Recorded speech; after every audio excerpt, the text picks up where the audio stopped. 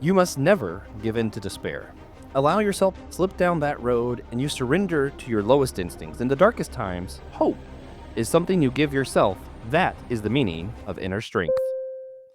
Today we will be discussing the one and only Uncle Iroh, who is the author of the quote that we started this off with, and of course Fire Lord Ozai, as we are kicking off our annual theme of 2026, the faces behind us. So we will be talking today about the faces behind Zuko from Avatar: The Last Airbender. It's going to be a lot of fun. I can't wait for this. I am Joshua Noel. Nobody really cares about that. If I'm going to talk about something I'm geeking out on, I have two. I'm going to go with No Man's Sky. It's a video game I got during Christmas time on Steam. Gosh, it's incredible. A lot of the similar things of like Minecraft, I guess. I never got into Minecraft like that, but it's completely different animation. You're going through space, collecting materials, building space stations. It's awesome. You know, Josh, you may not know this, but that game had one of the worst launches of all time. Yeah, I heard it was an awful game until like last year. They just had so many updates. It's been a couple years. Yeah, they just keep updating the games for free. It's so cool. And I get to build my own mech suit. Just find materials to build a mech suit. It's a great game now. I am Iron Man, but like a good version. Because I hate Tony Stark. But anyway, I am also here, of course, with the one and only TJ Blackwell. He just heard, I think he's surprised I've been playing No Man's Sky, which made me think he has No Man's Sky. I do. It's not installed, but I have. I was like, I want to see you build stuff. It's would look better than mine. Not good at it. No. But me, I've been geeking out on. Wait for it. Night at the Museum. There's 4 movies. Yeah. Actually. I feel like most people don't know that.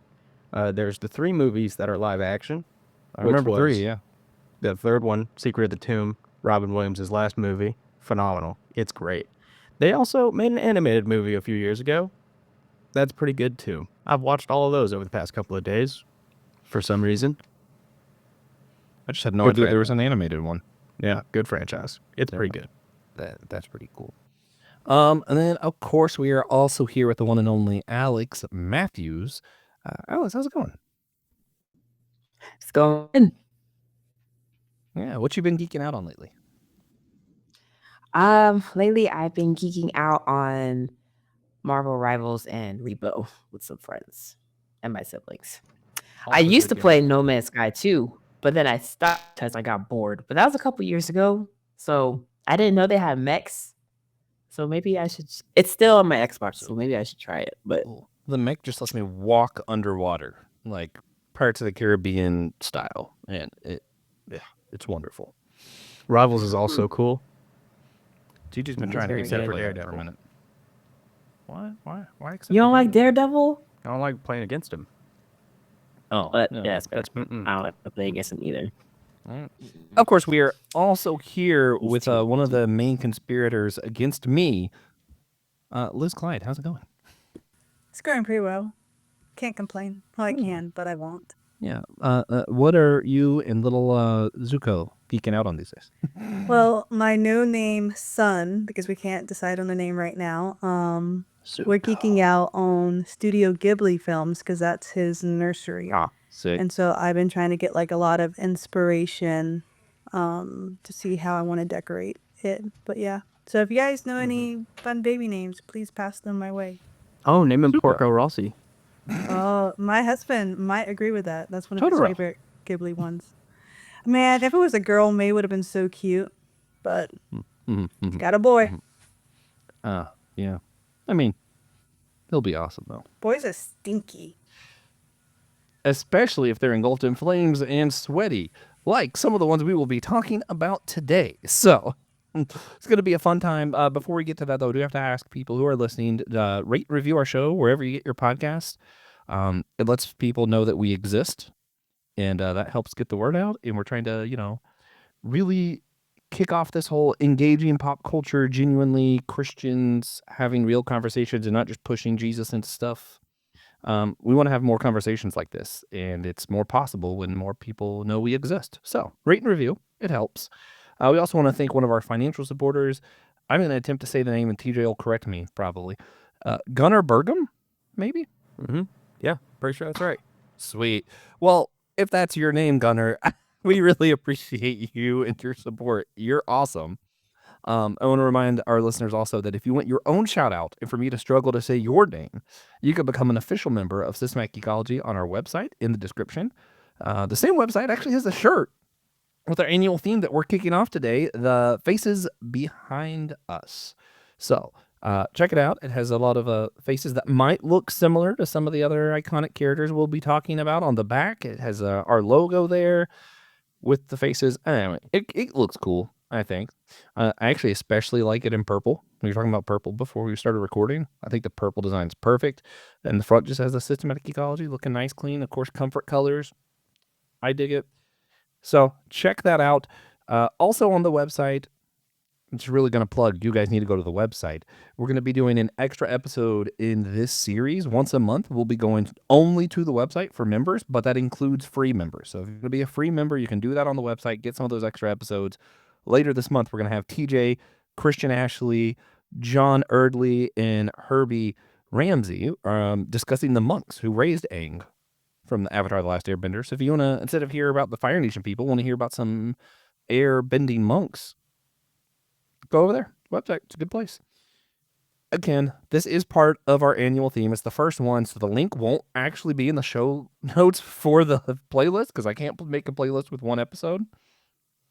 So, check back in. We'll have a link. It'll be in the description once we have more than one episode in the series. Yeah. So with that, let's talk a little bit about what the series is. We voted about this on Host. We've had this discussion other places if you guys want to dig a little to see why we're doing this.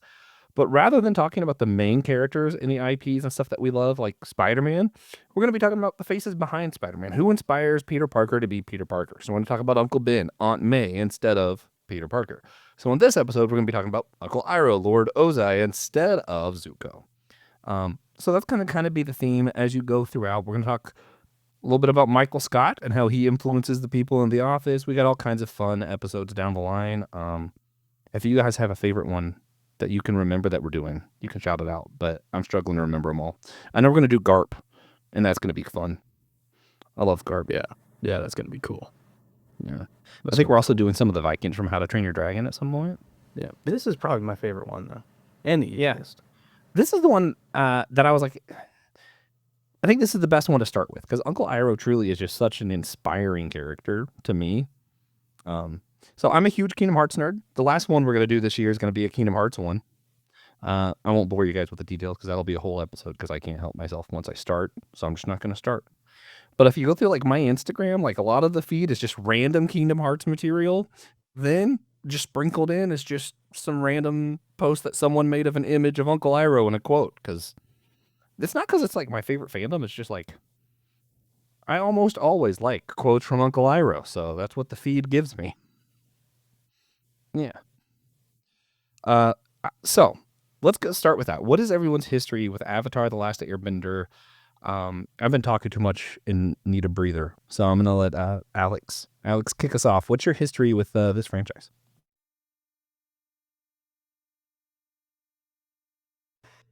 Okay, so I started watching Avatar: Last Airbender when it was on Nickelodeon.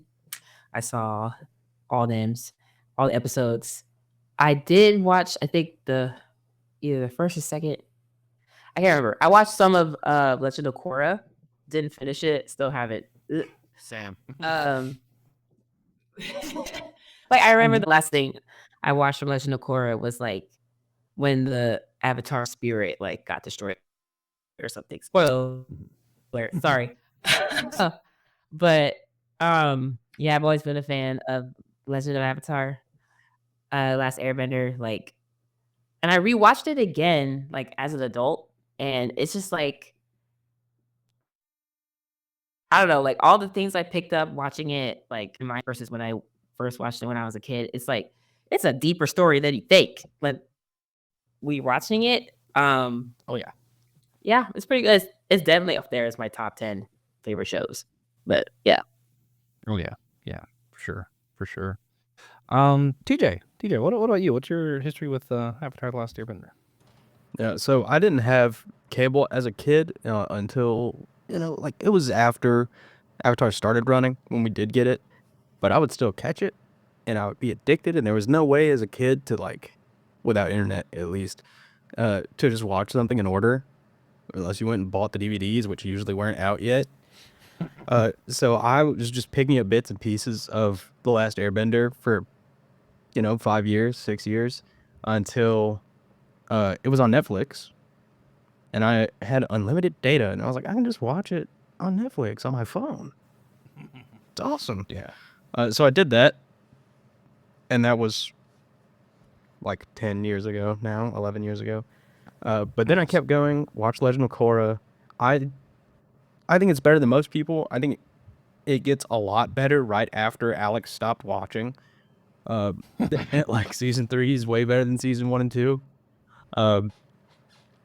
But I think it's good. It's not as good as Last Airbender, but I do love the world that they built, the characters, the story. I think Avatar, it succeeds in its subtlety, and it's hard to notice that as a kid. And rewatching the series as an adult, you realize the small things that they're doing throughout the show that make it so much better than, most children's shows. But also the books are pretty good. The Yang Chen book and the Kyoshi book, I have both of those. Those are both pretty good. Yeah, I haven't read the books, but Yeah. I'll get to mine in a minute. Liz, what's your history with Avatar: The Last Airbender? Very similar to TJ's. I remember watching it a lot when it would come on, and I loved it. I think because I'm a rigid person, I kind of like tuned in at the scheduled time, but then you never know what you're missing or the bits that might be out of order. But I have rewatched it probably at least twice in my young adult and adult life. Love it. And I have completed Legend of Korra, but I only watched it once because it was fine. Just not as good as Avatar: The Last Airbender. You just didn't get the nostalgia like I wanted. Like if there's a sequel coming, I want a little bit of homage and nostalgia. There is a and get it. little. Just Not as much as I wanted though. More fan service, more fan but not service. quite end game level. Just more. Because I mean, like, yes, you get to see like the older characters, but you really don't see that many. You know what I mean? The OG characters do not show up as much as I would want them to. But this year we get the movie of all the adults, and that's gonna be awesome. Yeah. I'm so excited. Man, so I said earlier this isn't one of my favorite fandoms, and I feel like everyone's gonna think I'm a liar now. I never finished Legend of Korra, so that's my claim to this not being one of my favorites. I remember when it came on, being old enough that like I knew that this was like substantial. Like I was like, this is actually like really good TV. And I would actually go to, I remember it was Channel 3 for us was the TV guide, and wait for it to scroll down to Nickelodeon and see what time it was playing. And I had my VCR set so that it would start recording at that time, because like I never knew what order it was coming on in. But if I just recorded every single time it was on, eventually I was going to get it all. So I had like the old VCR recording setup going on, and I caught it all early on. I remember when it came to Netflix, watching it. Me and my brother used to watch it once a year all the way through together. Just kind of like a me and my brother's thing until, we both went to college and moved out and did adult life things. But I think even after once there was like a month where we both lived back at home after we had gone to college. Yeah, for the most part, we missed each other after that. Like when he went home, I was already gone. And when I went back home, he was at college, and it was the whole thing. But yeah, for at least a month, we were both there. I think we watched it again as adults together. Even one of my favorite standalone comics, Azula and the Spirit Temple, incredible comic. It is so freaking good. Yeah, so just in general, I've always loved Atla since it's been on. And even Christmas was trying really, really hard to explain to my mom that when me and Matt were talking about Avatar, we are not talking about the blue people. And she just could not understand that that's not what we were talking about. It's okay. Yeah, Third one's really good. I haven't seen it. I haven't seen the second one. The first one was just so derivative that I was like, I don't they think get I better. care. Yeah. See, no, I well, hope they're so. still derivative, plan on but the watching third them. one is derivative of 2001 and Space Odyssey. So, Nice. much better. I do plan on watching them all because I love the blue people land in Animal Kingdom. Now we're going to confuse our audience if we keep talking about two different avatars. So we're going to move on and talk about Avatar: The Last Airbender. And I'm going to throw it back to TJ because I think he is the best at being brief. TJ, could you briefly summarize Zuko's story in Avatar: The Last Airbender? Or we'll start with just like, who is he? And then summarize the story. Because I don't think saying villain is right, but Well, it not definitely saying is villain at also first. seems wrong. It definitely is right at first. But Zuko is the son of the Fire Lord, who is the king of the Fire Nation. That's how that works. He has become estranged from his father, and he shamed him. And he kind of exiled him a little bit. And it gave him his scar, which I think is really funny. You picked a picture of him without the scar. That's super important. But Oh, yeah, he's got the scar. there we It's go. nice. So he is the estranged prince of the Fire Nation, and it is his mission to take out the Avatar. It's his whole revenge plot. That's who he is. And through his character arc, he slowly overcomes that rage and what's the word? He's a very complex character. But he slowly realizes that he doesn't need his father's approval and comes to, kind of join the good side. He's really not an antagonist as much as he's a deuteragonist. Ozai is the antagonist. Yeah, it's crazy though, because Avatar: The Last Airbender has this weird thing where like it was enough like an anime that I think it was a lot of people's stepping stone into getting into anime, but it also had a lot of that like Saturday morning cartoon vibes. Like Zuko had that role where you were like, oh, this is the bad guy that we want to watch lose every episode, Like he had that at first where I was like, oh, this is the bad guy. I can't wait to hate him. And then they were just like, oh, actually, we're going to teach you that people aren't always bad when you think they're bad. And sometimes that harder shell is actually hiding more complex things. And you're like, what? No. Well, and then you start to love him. And then you're like, man, how did I ever hate this guy? And then you're like, what's this is? Yeah. Yeah. It's an emotional roller coaster. Yeah. And they do it so well. They kind of strand him with Team Avatar, and he's forced to grow. And then he and Aang are growing together, so you can't really keep rooting against him. Yeah. Yeah. It's wild. Yeah. So he goes from like one of the main antagonists of the show to one of the main protagonists of the show. And it's only a 3-season show, so it's still pretty wild that they were able to do this. Also, I guess I should have said, for those who are watching the live action show on Netflix and haven't seen the cartoon, we're going to spoil the hell out of this. So be warned. Bad news. Yeah, yeah. So that's Zuko. We're not talking about Zuko, though. We're going to talk about the faces behind Zuko. So let's start off with the one that I feel like we probably have a lot less to say about, Fire Lord Ozai. For the main antagonist, I feel like he gets very little screen time, actually. Yeah. Well, I think it serves him, though. Yeah. He's Makes him more eerie. Yeah, he's best consumed in small doses. It keeps him kind of mysterious. Every time he is on screen, he shows off his power. I think it's a good way to write a villain. Yeah, yeah. I can't decide if he's more like Donald Trump or Vladimir Putin, but he's definitely one of the two, if he was in real world. Yeah, very power hungry, very honor through strength kind of mindset. How would you describe Fire Lord Ozai, Liz? I'm gonna put you on the spot now. Yeah, he's pretty much like a dictator, a conqueror. He probably has daddy issues we don't know about. Just He does. Azulon beat that boy to death. Is that in the comics? Yeah. See, I felt it.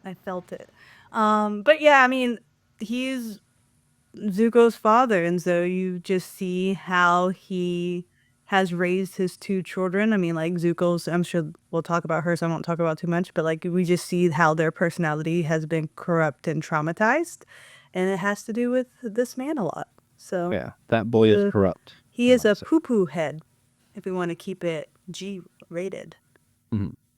Yeah, yeah.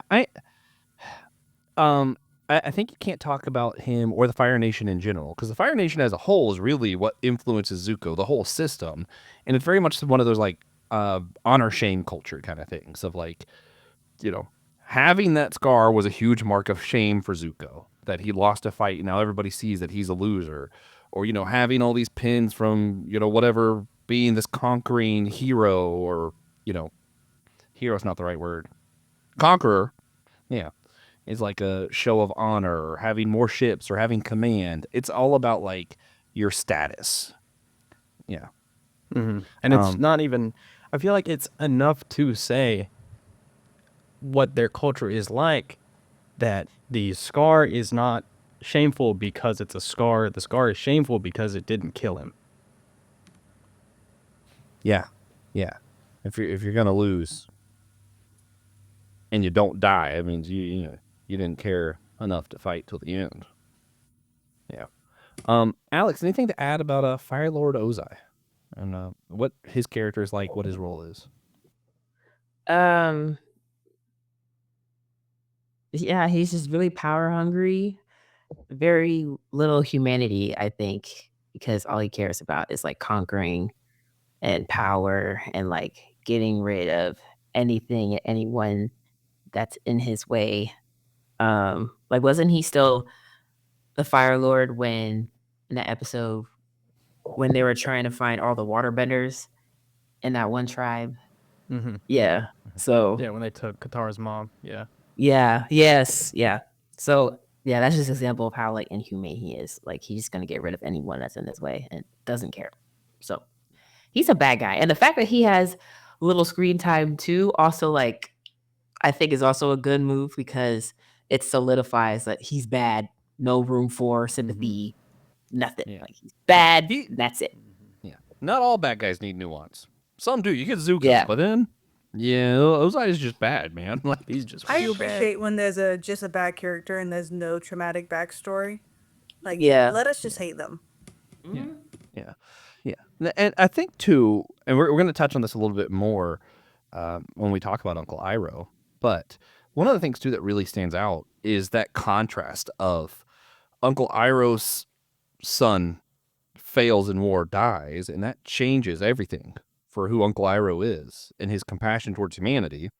Meanwhile, the Fire Lord Ozai, Zuko loses, and Ozai's just like, you deserve to be scarred. You're banned from our country. So you see this incredible compassion from Iroh, who completely changes his character compared to his brother, Fire Lord Ozai, who's just like, no, I don't even want anything to do with my son if he's going to be a loser.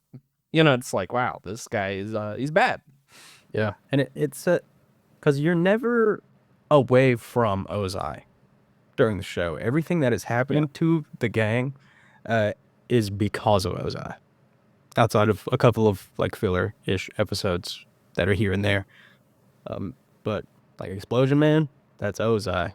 Just everyone that comes after them is because of Ozai. He doesn't need to be there. Yeah. If he had risen up and did it himself, maybe he could have not lost, but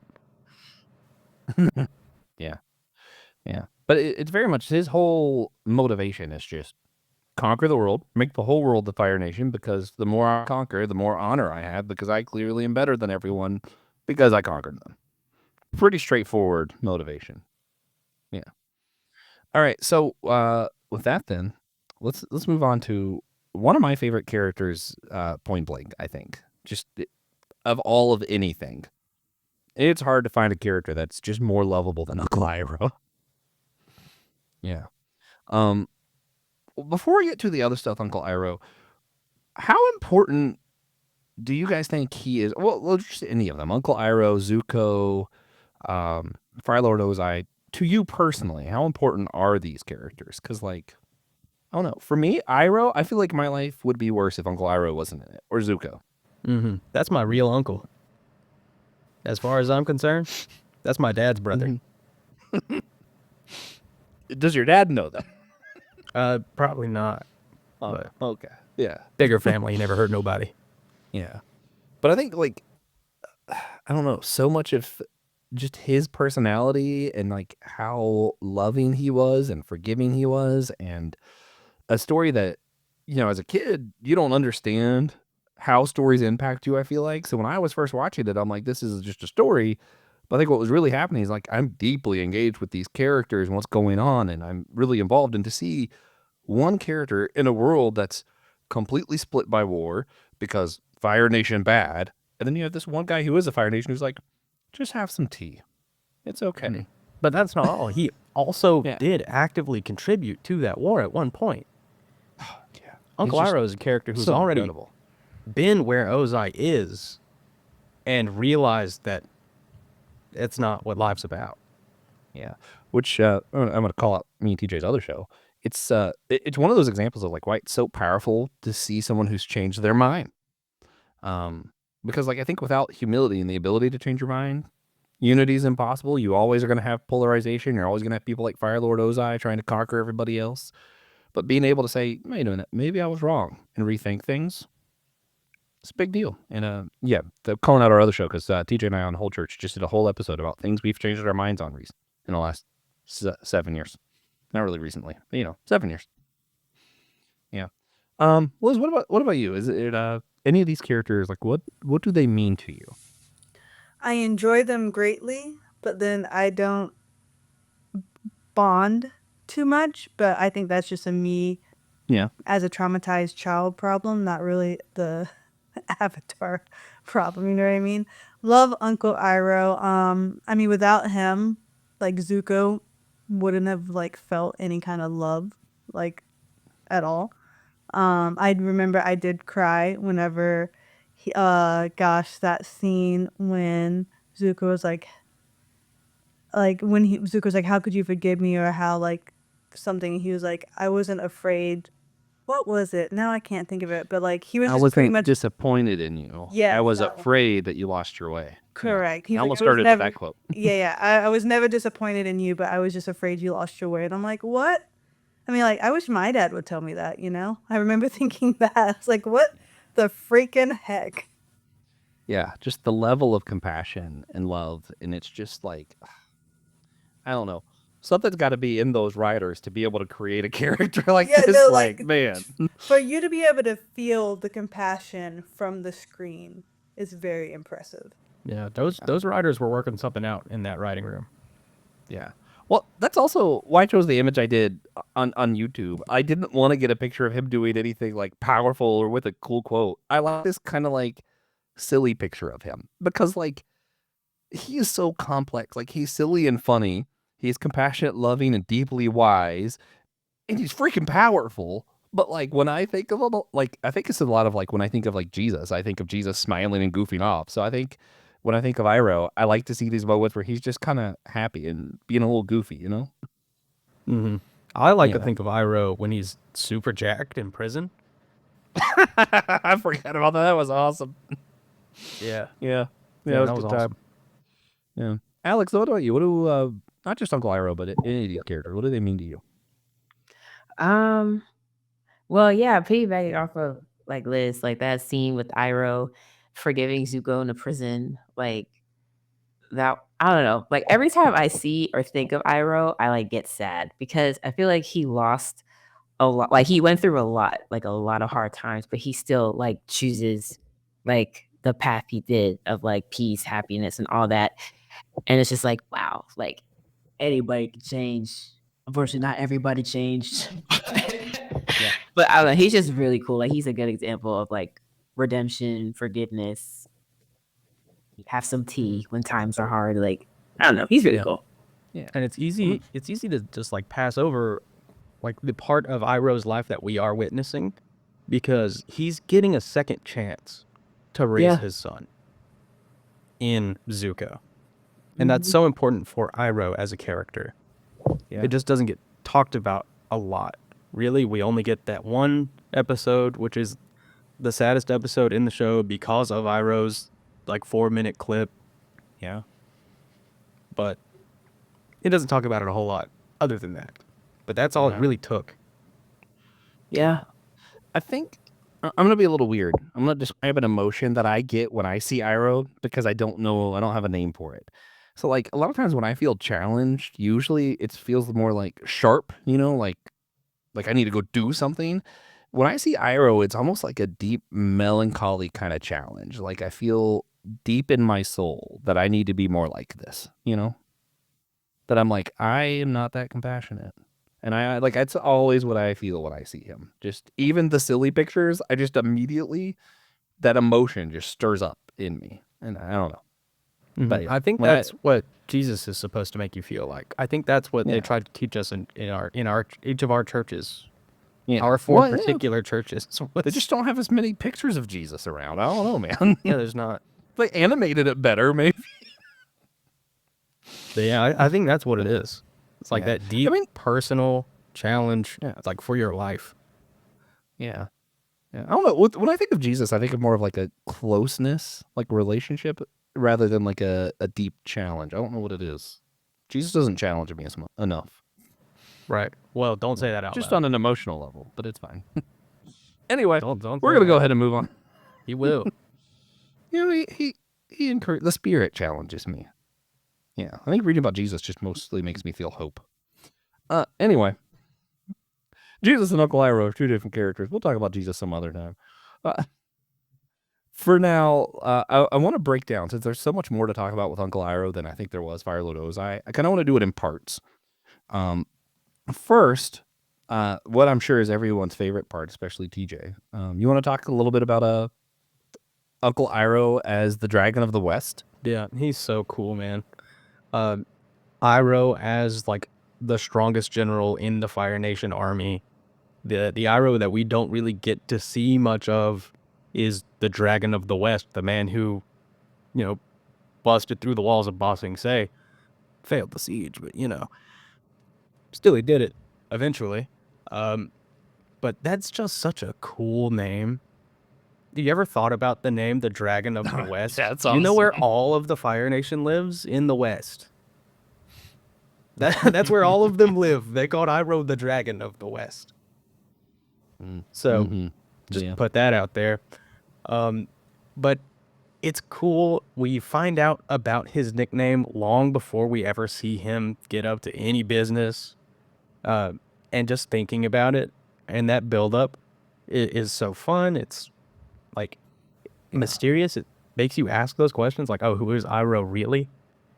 I can't wait to find out. Yeah.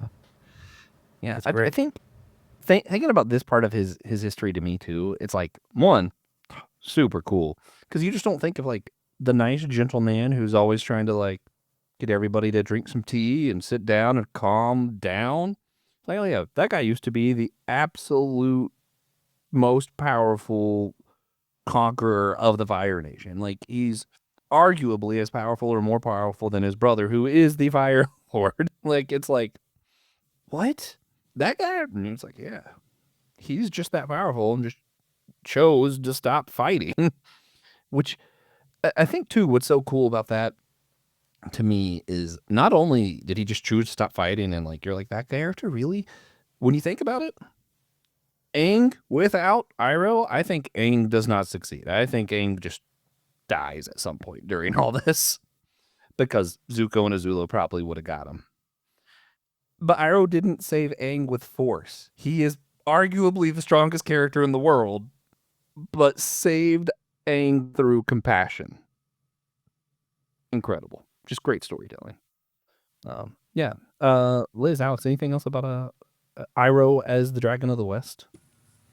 No. I mean, I would argue when you said he used to be, did he ever stop being the most powerful?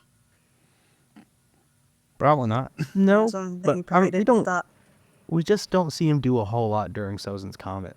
Like, we do see him, re-siege Ba Sing Se. Yeah, with but being the most the rest of the powerful White Lotus. doesn't mean you show off the most. You know what I mean? No, I just wanted them to. Gotcha. Yeah. It would have been cool to just watch him be like, oh, by the way, guys, watch this. Yeah, because we get to see Ozai raising, like, a continent from a blimp. Iroh could have done that, man. That's crazy. Yeah. Iroh Alex, anything to say about Iroh as the Dragon of the West? Now, I mean, y'all already said what I was going to say, so Yeah. Just to needle somebody listening, probably. As people who currently live in the West, I also do think about like all of the people who. I don't want to make it a conservative Democrat thing, but like there are a lot of people who are okay with what ICE is doing to a lot of innocent civilians in our country right now, or all this other stuff, and to think about the fact that like that's who Iroh was actually. He was just completely fine destroying people just to get me more honor. And to think, wait a minute, all of the hate that maybe I have for people who are behaving this way, one of them might just one day become Uncle Iroh. So it's like, I don't know. That also challenges me to think of like, I think that that's a true statement. Mhm. Anybody can change. You're haunted by Pete Hegseth, Uncle Iroh. I am now. Now that you've said that. All right, so let's move on. When we first see Uncle Iroh, he is going along with Zuko. So Zuko is being banished, but he's told that he can regain his honor if he captures the Avatar. And Uncle Iroh goes with him. And it kind of feels a little weird. Like, you're being banished, and the brother of the king, basically, the emperor, is like, I'll tag along. Why not? He doesn't even do that much, it seems like. Mm-hmm. Yeah. Yeah, it's because he wanted that chance. Like, I mean, he's like, I'm not gonna like let him be alone. So Yeah. I didn't really think anything of him. Like, he's a quality dude. Probably was sick of how the Fire Nations was acting anyway, so he wanted an escape, I guess. Mm-hmm. Mm-hmm. So Yeah. It's interesting because you find out a lot more about what he's doing and why he's doing it later on. So he does have kind of dual motives here, but I mean, well, you said you're gonna spoil it, so you can just say secret tunnel. Yeah, Best he bud did. Avatar. It does also have to feel good to like go on a tour of the world, Yeah, see everything again. but not as the Dragon of the West, the great conqueror of the Fire Nation. yeah, instead of the gentle old man who wants to make tea. Yeah. Just wants to make tea, and I just love that. Like, he's like, so we can just set up a tea shop and start a new life. So I'm sure that was probably his hope all along, because no one knew the Avatar was going to show up, right? Like, he hasn't been seen Yeah. in forever, so he was probably hoping just to help Zuko start over. Yeah. Well, it's like two of my other favorite quotes from Uncle Iroh you get like in this era is like, one, he's like, I know you're not supposed to cry over spilt tea, but it's just so sad. I love that. And then He's so funny. yeah. And then that one where he's like, we just, start a new life, have a tea shop. And Zuko's like, I don't want to start a new life or start a life here. That's what he said. Zuko says, I want to start a life here. And Uncle Iroh just straight comes back with this like really deep, I mean, life's going to happen wherever you are anyway. And you're like, good point. And then they open a tea Gotcha shop. there. True. But yeah, so Alex, TJ started on this. For Uncle Iroh, this also is a little bit like a second chance at raising a son. You found on that, like, why do you think maybe this was so meaningful for him to see Zuko stranded by his father and realize that he had another chance here? Well, I can't remember exactly how his son died, but then his son died like in a battle or something. Yeah, the siege of Ba Sing Se, is that right? Yeah, he died in the Ba Sing siege of Ba Sing Se, Oh, okay. Well, the first one. well then yeah, like I don't know, maybe because he didn't want Zuko to follow in like his dad's footsteps, and I'm sure like his own son was following in Iroh's footsteps and ended up dead. And so he just didn't want the same thing to happen. So he wanted to, I guess, break the cycle that the family was going through Zuko. So Yeah. Well, to touch on the dual motives thing, and this is, we said spoilers, right? I definitely think a large part of it was he wants to say, this is like another chance to have a son. My son died because I thought my honor was more important than anything, and I went into war. He sees his son die. I'm doing a little bit of backstory here. When he sees his son die, it changed him fundamentally. he's like, wait a minute, maybe this whole honor shame thing is just stupid. Maybe our whole entire philosophy about life is just wrong. And then he gets in this mindset of like, he doesn't like war at all. He wants peace, which is why we don't see him do so much fighting. He hates war. War is what killed his son. He no longer wants to be a warlord. And that's when he becomes, I forget the name of it, but he becomes part of the organization with the White Lotus. Mm-hmm. That's, do you know what he was called? Yeah, but he had a specific title in it. Anyway, so he's part of this secret organization that's trying to keep the Avatar alive because the entire role of the Avatar is to end the war and let us all have peace on Earth. And he's like, yeah, war killed my son. I'm over this. So he wants to protect the Avatar. And what you find out is even though he did go with Zuko because he loves Zuko, and this is like another chance for his son, he also is constantly secretly sabotaging it so that Zuko cannot catch Aang. Which is also just really funny because you think he's just this goofy old man just, hanging out, supporting his nephew. Then you're like, wait a minute. Nope, he was part of a secret organization was sabotaging stuff the whole time. He's awesome. Yeah. So that's kind of the dual motives there. We've mentioned it. Alex and Liz mentioned it a few times. You want to talk about the betrayal? Zuko betrays Uncle Iroh. What happens here? How does Iroh handle it?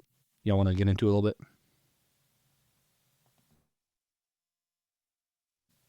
Alex? Liz?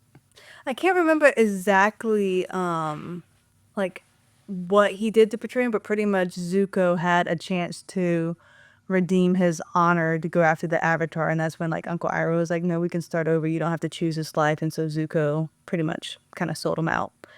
So and betrayed his uncle, who never left his side, which is really sad. But I mean, we all stray a little bit, I guess. But man, even in jail, Uncle Iroh was like a G, like pretending to be senile and really like keeping up his regimen and whatnot. If I ever got locked up, I would want to channel my inner Uncle Iroh. But yeah, I mean, like, it was a powerful separation, but as we said before, even more powerful, like, coming together. And then, like, Zuko, I feel like, needed to be alone and grow and kind of see for himself, to kind of go on his own little journey. Yeah. But I can't remember exactly what Zuko did to portray him, like, how it was set up. I can help if no one else remembers, but if Alex remembers, I've mostly blocked it out. Yeah, It's not this like Zuko. It's the trouble. Well, We don't think about That's such a sad part. I forgot. basically, Zuko kind of finds out that Iroh's been sabotaging him, doesn't want him to capture Aang. Zulo shows up and offers Zuko the chance to help her capture Aang and bring him back. And Zuko goes with his sister Azula, betraying his uncle so that he might get his dad to love him and get his honor back, basically. And I think part of that reconciliation was Zuko realizing his dad's never really been a dad to him, but Iroh has. And that's another reason it was just so freaking powerful. But yeah, okay, context added. Alex, anything else to say about this moment? I know you guys have already brought it up, but just want to give you a chance to say something else if you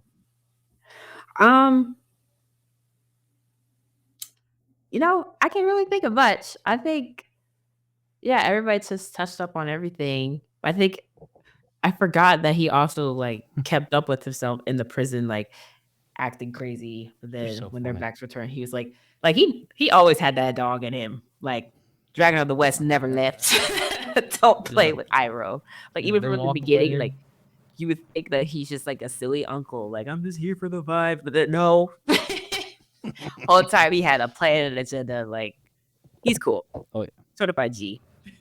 I do think there is also a part of it where Iroh really wanted to go with Zuko, because if Commander Zhao had ever tried to act sideways towards Zuko, Iroh would have stopped that. There's not a single person on that whole boat who could have stopped Iroh. That's right. I forgot that he had commanders and people with him to kind of like babysit him. Yeah. But I love it so much. Like, his prison visitors leave, he jumps right up on that cage, starts doing his one-arm pull-ups while he eats. Freaking incredible. Yeah. Freak. Awesome. Oh, man. So we've kind of gone through the characters, I think, as much as we can. How important is it to uplift characters like Uncle Iroh and even Firelord Ozai in our public discourse today? Like, are characters like this still relevant, or are they just fun and make us feel good? Or do we see, like, something in our real world that we're like, maybe we need to uplift characters like this in our public discourse? DJ. Yeah, it's super important to have strong role models regardless of what age you are, because I think most of our listeners are still a little bit younger than Iroh. You can still look up to him. Probably. But to have someone who shows you such a strong, positive example of what you can be to others, I think is more important than anything else. And in a media that is a lot more easily consumed than some other potential role models, like Jesus Christ. But Iroh's there. Iroh's there, and he's already a white guy. So you don't have to lie about that. Well, he's white-ish. He's white passing. All right. Well, on that note, Liz, how relevant are characters like Iroh and Firelord Ozai to us today? Are they?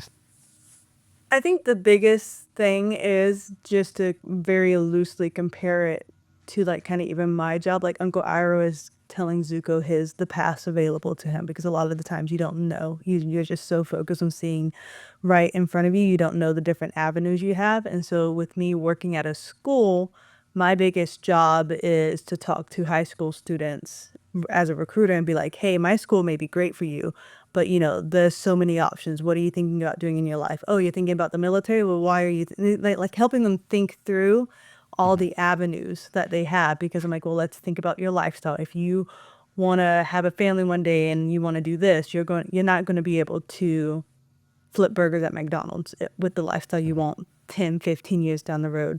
You want to join the military? Great. Why do you want to join the military? Do you just want a free education? Because there's other ways to make your education affordable without joining the military. So just kind of having those role models to help you think and see all the paths in front of you, because a lot of the times, especially if you're desperate and you don't think there's no other way, there's usually a way.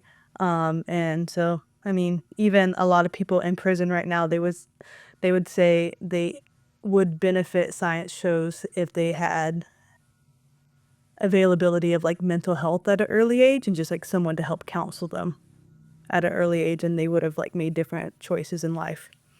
So, yeah. Yeah, that's good stuff. Alex, how about you? Any ways you see that these characters are still relevant to us or you personally or whatever? Yeah, I even touched on it earlier. Like, Iroh is a good example of that. Like, anybody can change and like break away from like generational cycles and things, and choose to be better and just like live better and just change for the better. So, like, anybody can do it. It's possible. It's good. It's tough, but if you like keep it up and be kind to yourself, it's possible. So. Yeah. Well, I think it really helps. A few different ways. I think it's still really relevant. Is I like that the Fire Nation is just bad, because all of us, like, regardless of where you fall, like, we're in a very polarized world today. Everyone has someone that we're like, oh, they're the bad guys. Republicans, Democrats, Russia, China, America, whatever. And I think it really helps that these are the bad guys, but we also know that two of the most powerful, compassionate, whatever characters, because I think Zuko, by the end of it, is an incredible character. Him and Iroh came out of Fire Nation, the bad guys, the very clear bad guys. And so I think that makes it really relevant to uplift these kind of characters and to have this in our conversation, especially in such a polarized world as today. Yeah, it's really important to have someone like Ozai at the top to show that one bad apple does not make the grove bad, and the show goes through great lengths to make you know that. Like with Aang going to Fire Nation's school, yes, they push against them because they are deeply victimized by the propaganda machine that is the Fire Nation. But getting to know Aang. They, get open to these kids. They open these kids up and like they have the big dance party, and just to show that the Fire Nation is just full of people, normal, regular people, led by an absolute monster. Yeah. Yeah. I think we do live in a world that is very honor shame based. It's very constantly get the promotion, get the raise, get the next whatever, make sure you have a family, you have this big a house. Like we live in a world of a lot of expectations, of a lot of like constant push to keep getting more, to keep being the best. No one's like, oh, I want to be second best. And we do live in an honor shame culture, not to the extent of the Fire Nation. You don't get a scar and you're shamed for life, but like we do live in a culture where like certain things are looked down on. Like I won't get too much into it, but I think you guys probably know what I'm talking about. And I think it helps to uplift stuff like this where Ozai is what the ultimate thing is. If you achieve all of your things, you get all of the wealth, all the success, your best hope is to become Fire Lord Ozai. But I think you don't become Uncle Iroh until you look at it and go, actually, maybe all this stuff is meaningless. What actually matters is family and loving people, having peace, having unity. And I don't think you get there until you kind of give up on the constant grind, Yeah. So I think that's what makes this relevant too. Yeah. Okay. With that, would you guys rather be Zuko or Iroh? Would you rather be Zuko and learn from Uncle Iroh, or would you rather get all of the traits of Uncle Iroh yourself and have to train a Zuko? Zuko. That's fair. I just really don't want to skip from 26 to 65. Yeah, I mean, that's fair. Yeah, I get that. I already had my angsty childhood and dealt through a lot of anger and therapy, so I don't want to go back. I choose Uncle Iroh. Perfect. Alex, would you rather be Iroh or Zuko? Fire Lord Ozai, if you want. Yeah, you could be him.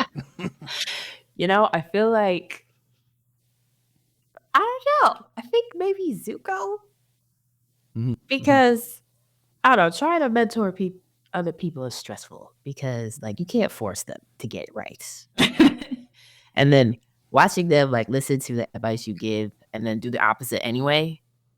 Yeah, I can't do that anymore. So, let me be. I feel you. Man, my gut wants to go with Liz and be like, I'd rather be Uncle Iroh, but I'm going to be a little bit depressing. I think the person that most reminds me of Uncle Iroh in my life was my grandfather, who died the earliest of any of my grandparents. And I don't think I really appreciated him for who he was. So part of me, I think I'm going to end up going with Zuko because I'm like, man, I just kind of want to have someone like that in my life around again and, just go on a ship and hang out with them all the time. That sounds great, actually. I think I'd just be a terrible Zuko because I'd be like, yeah, let's just drink tea and play chess. I'm down. Let's do it. Yeah. Paisho. I don't think you could learn Paisho. It's so hard to teach Josh new things. That's true. Uncle Iroh might be able to teach me. Maybe. Yeah. Maybe. Oh, man. All right. So a couple quick last questions before you start wrapping this up. How do you guys think we might be able to identify someone in our own lives who could be like Uncle Iroh or Fire Lord Ozai, so that we know, who to avoid, who we want to keep around as mentors in our life? How do we distinguish the Ozais and the Irohs in our own life, and actually get the right people around us?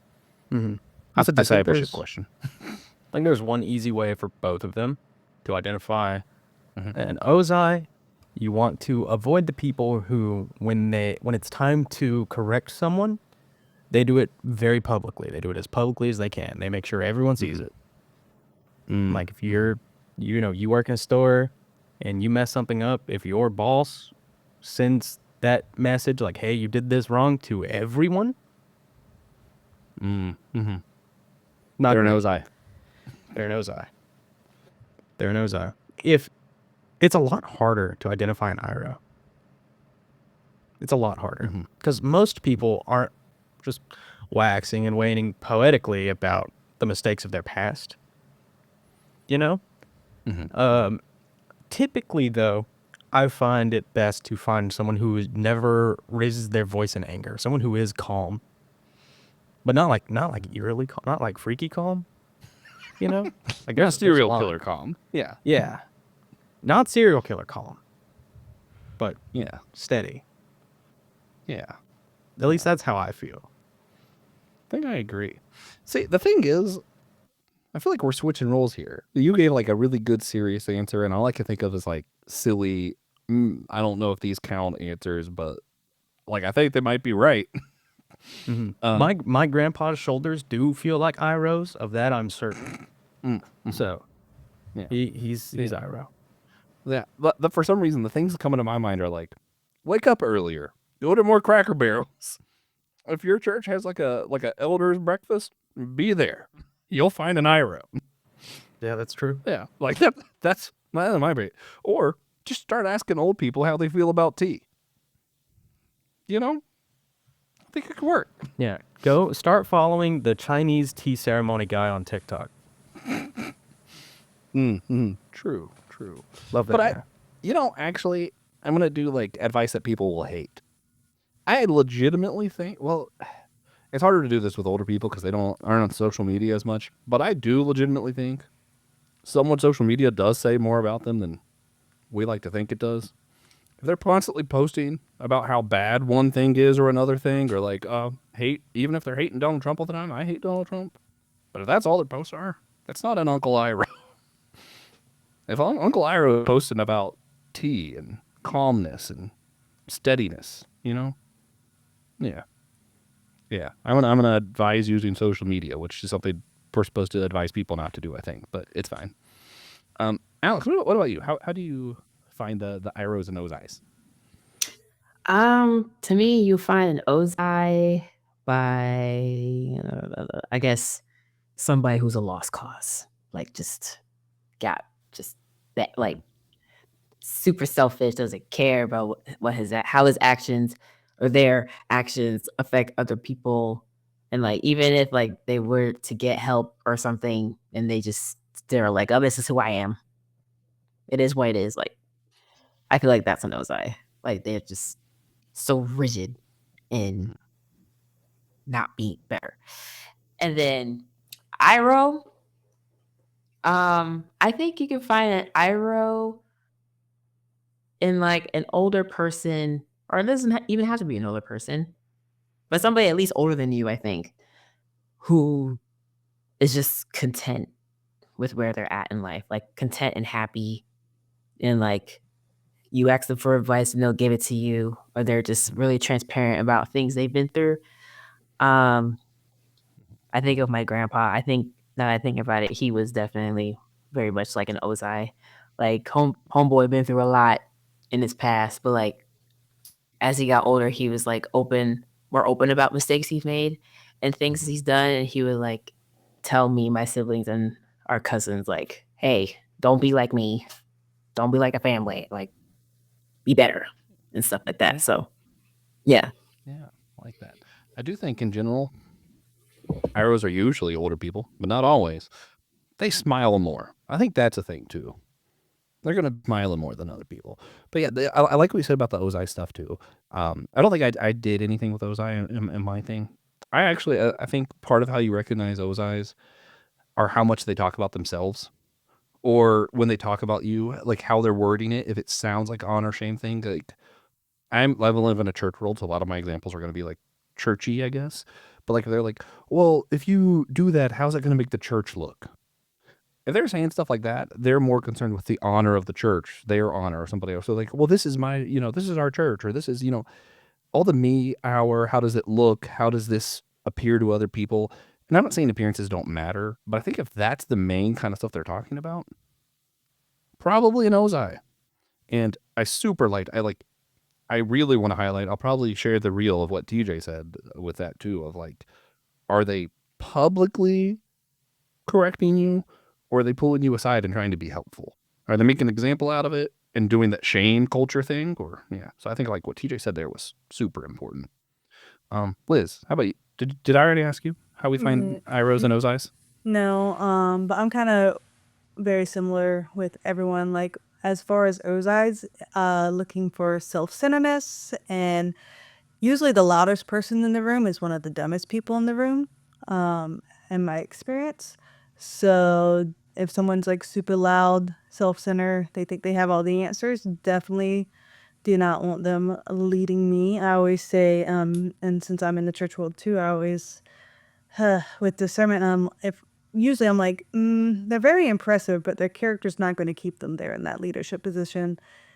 And you give it time, and usually you see that it's right, because you can be very impressive, like a fire lord, but your character, there's going to be a white lotus coming because it's not going to keep you in that position, right? So you just have to like really be observant and listen more than you speak, because even finding an Uncle Iroh, that's going to take time, because I mean, are they just an old man who likes to drink tea, or is that someone like you can invest? So if you're looking for an Uncle Iroh, I think a really practical thing to do is look at your friends, and then look at your friends' parents. How did they get raised? How are they speaking about, like all of you guys did? You guys talked about a grandparent or an uncle, or like someone that was a mentor in your life. So they're out there, and they're usually not diamonds, diamonds in the roughy, because as you guys already talked about them, they're already shining. They're not in the rough. So like I kind of was like, well, I'm looking at like, now thinking about how I want to raise my kids. I'm literally looking at kids in the church right now, and like some of our staff leaders, and I'm like, I want you to teach me how to be a parent, because I can see the fruit of their leadership in their children. So I can see which kids listen. I can see which kids are respectful. So it's just a lot of observing on your end and not going with what seems impressive. Yeah. No, that's man. You guys are so wise. You guys might be Irohs. Well, that's why I wanted to be an Arab. No, yeah. No, I like all that. Yeah. I feel like Will's not gonna like this, but I think Will Rowe is very close to an Iroh. Personality is definitely different. Will's a lot more energetic. I think that's fair to say. But as far as like calming presence in my life, Will Rose is that. Like when I am going through chaos or like I'm stressed out, I call Will. For those who don't know, Will Rose is my pastor and also one of the other hosts of Systematic Ecology. So the way that I found Will Rose, and it's an Uncle Iroh, start a podcast. That's how you do it, guys. More just podcasts. invite Make every microphones pastor you cheaper. can on a podcast until you find one that you're like, this is the guy.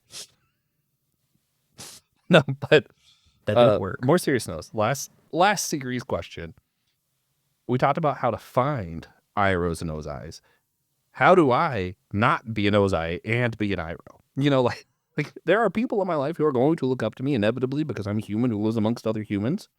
And I do have temptation sometimes. Like right now, I am actively trying to get a promotion. I don't think I'm doing it because I want the status. I think I'm doing it because I want money. But sometimes you need money. But you know what I mean? Like, I can be that cutthroat, I need to get ahead and just ignore everybody else, and it's all about the status. Like, I am in danger of becoming the Fire Lord in, that sense. But, I'd much rather be an Iroh, and just keeping it to my own context. I wish, if I'm going to be a general manager, even if I'm not discipling people, I don't want to be a mentor. Realistically, if I'm a general manager or a manager in general, funny, someone is looking up to me. TJ is a service leader at his store. Someone is looking up to TJ. Mm-hmm.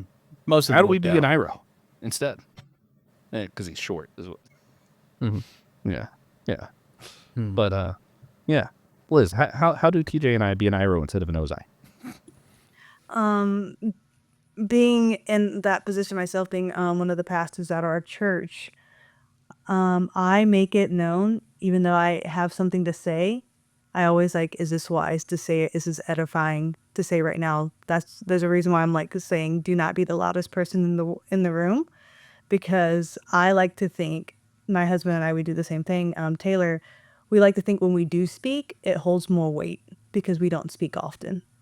So when I have something to say and I'm really like trying to give you advice, there's not as much noise blocking it because I'm not just talking high air.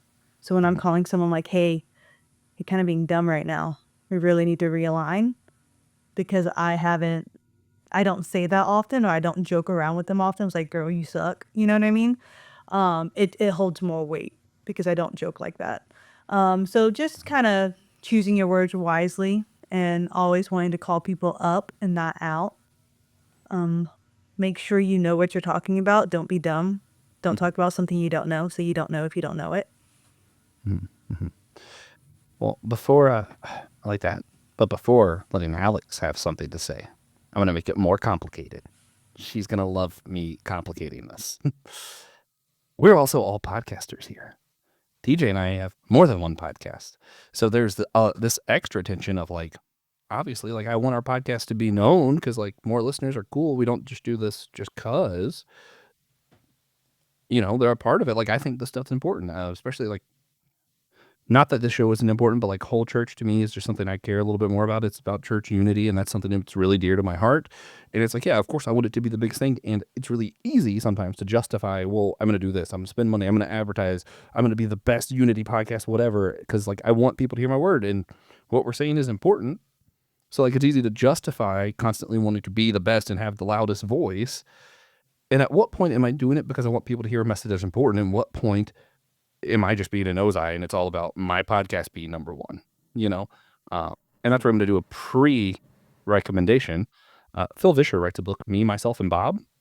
And he's the author of VeggieTales, and he talks about how he kind of fell in this trap that he thought, well, since I'm doing something for God, for the Bible, of course, whatever means to make it the most well-known ever is completely fine. And how he actually suffered greatly because he had that mindset and realized, after his Uncle Iroh moment, actually, maybe it's not about being the most loudest Christian out there, and maybe other things are more important, and God's going to do with his word what he wants to do anyway. How do we be an Iroh instead of an Ozai in the podcast world? As I just said, like, don't always want to talk, and I have something to add on to yours.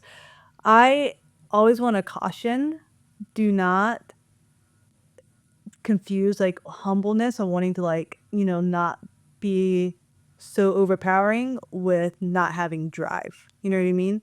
Because of course, if you're going to do something, you want to do it well, right? So I always go back to what's the heart, because same thing with growing our church. Yes, we have a large church. Yes, we want to grow. Of course, we want people to pay tithes because we would like to pay the staff. We would like to do the missions. We would like to do the community, right? That's always a goal, and those aren't bad goals.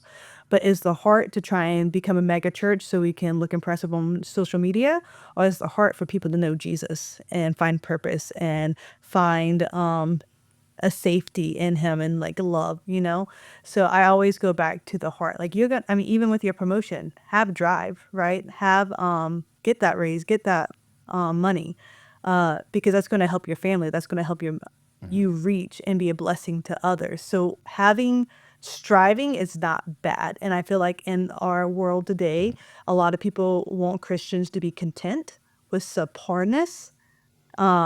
I work a very high stress job and I make a lot of money. And people are like, you should not. You should be poor and be a Christian. I'm like, no, I like making a lot of money. And I like being crazy generous with my money too. So as you grow whole church and even this podcast and strive to get a raise, always just do a heart check. Why are you doing it? Is it to glorify yourself or to glorify God? Yeah. No, I like all of that. I like it so much. If you were on YouTube, we suddenly changed video for like half a second because I was trying to go to the different format so I could use my sound bar from Whole Church that says Hallelujah, because I thought it would have been fun, but StreamYard didn't want me to. Like having a balance with humility and like your heart, posture, and drive, and the reason why you're doing what you do. That's basically it. Like she already said majority of what I was gonna say, but and then also like when you were talking about your question, like I don't know, I kind of thought of Paul the Apostle for a little bit, and like Iroh's kind of similar. Like Paul, he was doing some crazy things, like persecuted Christians, but he thought that he was doing it to further the church until Jesus came and was like, "Hey, check yourself. Like that's not it." Yeah. And until you get it, I'm gonna take your eyesight. And so like Paul had to go through a huge, like he had to be humble, but he still ended up being like one of the greatest apostles out there. So Yeah, that reminded me earlier. I was going with that, but yeah. You reminded me earlier. I wanted to do a Paul quote and forgot, but because somewhere in one of the epistles, Paul writes of, like, I forgive because I was forgiven. Like I've been forgiven so much that I'm so forgiving, and I think that is part of why Iroh was so quick to forgive Zuko and so compassionate, is because he knows how wrong he was. Mm-hmm.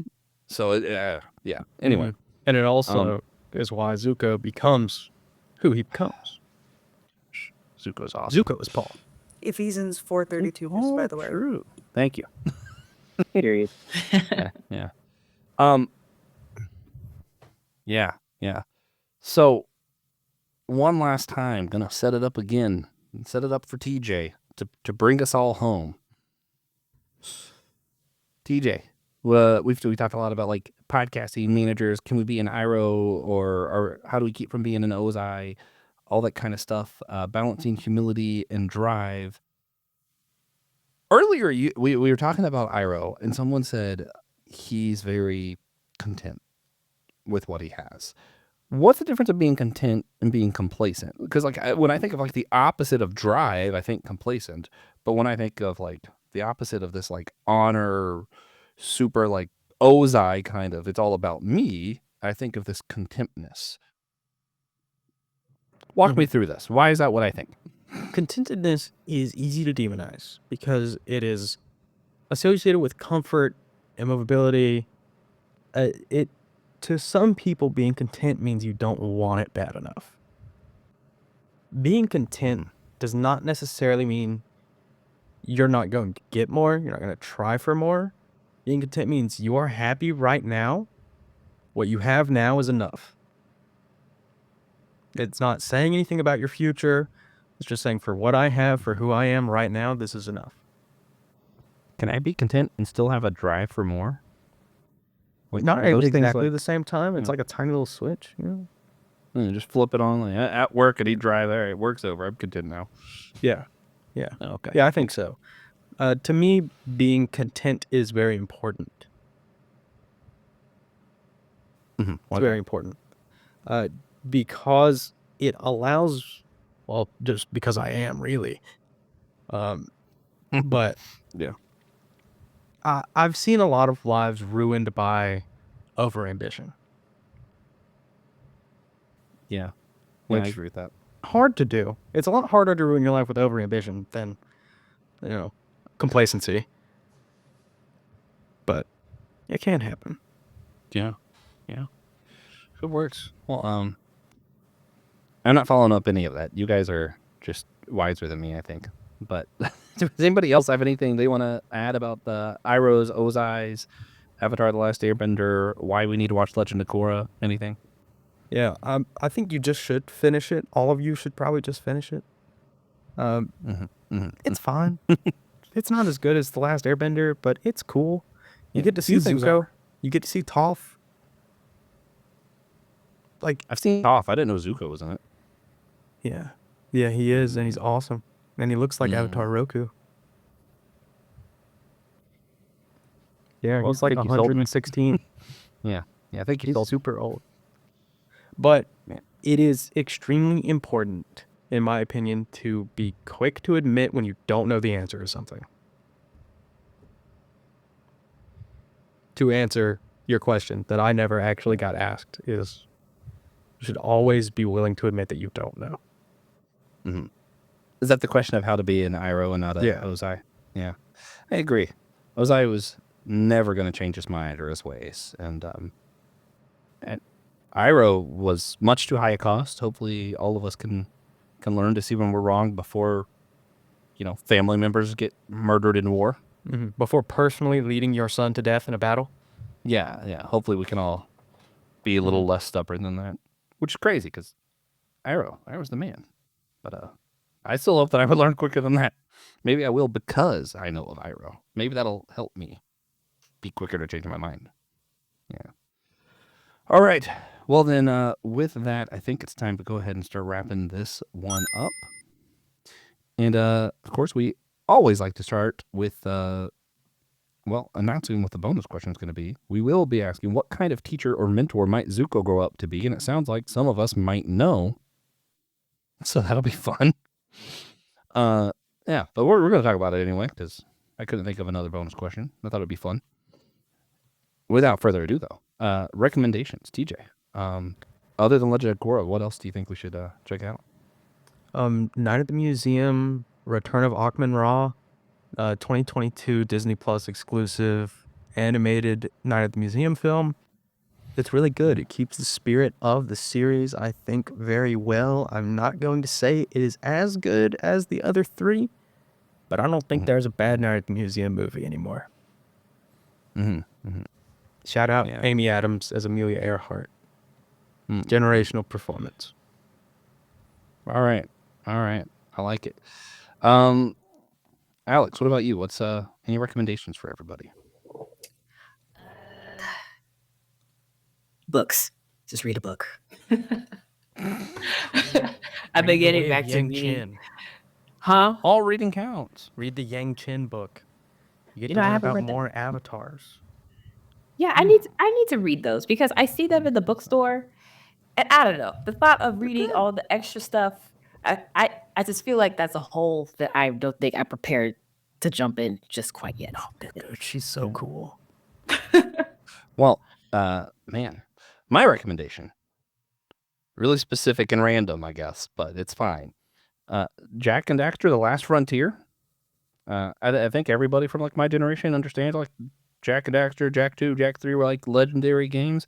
I think people sleep on Jack and Daxter, the Lost Frontier, because it came out on PSP. I replayed all the Jack and Daxter games at the end of last year, and God, it's just so good. It's so underrated. More people need to check it out. Liz, any recommendations for those listening? I just watched Nina, the Starry Bride. Really cute 12-episode rom-com anime. All right. That's the rom-com thing. Actually, guilty pleasure. I love rom-com, so I might actually check it on that. As you should. Well, the stinky thing is because it's a 12-episode left on the cliffhanger, but the manga is still ongoing and updating, so I'm about to switch to the manga. I actually have another recommendation specifically for Liz. I think you should read Sumuki Ugami's Ordinary Life, or Not So Ordinary Life. I feel like that sounds familiar, so text that to me. I might have already seen it. I read it. It's on. Also, just so that TJ will be proud of me, I'm on my third manga. Ooh. Yeah, because I read all the Kingdom Hearts, and then I've been reading One Piece where I'm at, and I had a trip recently, so I needed to download some books. I downloaded the entirety of Vinland Saga. I love that manga. That's awesome. It's so good. Yeah. So, sorry. With that, I also recommend that Vinland Saga manga. It's fantastic. Phenomenal. Top 10 all time. Yeah. Oh, so good. That though, we're gonna go ahead and finish wrapping this up. We already started. We're just slow. Remember, rate and review the show wherever you get your podcast. It does really help us. It makes people notice that we exist, which is good. It helps us with our drive to be the #1 geek podcast. Also want to thank one of our financial supporters, Gunnar Burgum, perhaps is how you pronounce his name. Gunnar, you're awesome. I appreciate you, even if I can't say your name. And I hope anyone listening, if they want their own shout out that they remember, they can become an official member of Systematic Geekology on our website. It's in the description. Also, the same website, you can get one of the Faces Behind Us t-shirts for this year's annual theme. And it's awesome. And get ready for our next episode. It's going to be on the main feed, the next one in this series. Talking about the Faces Behind Optimus Prime and Megatron, and TJ will be back for that with Will Rose. So be looking for that, guys. And that episode will have a link to the playlist of the series, so it'll be more than one episode at that point. And of course, remember, we're all a chosen people, especially Uncle Iroh, a geekdom of priest.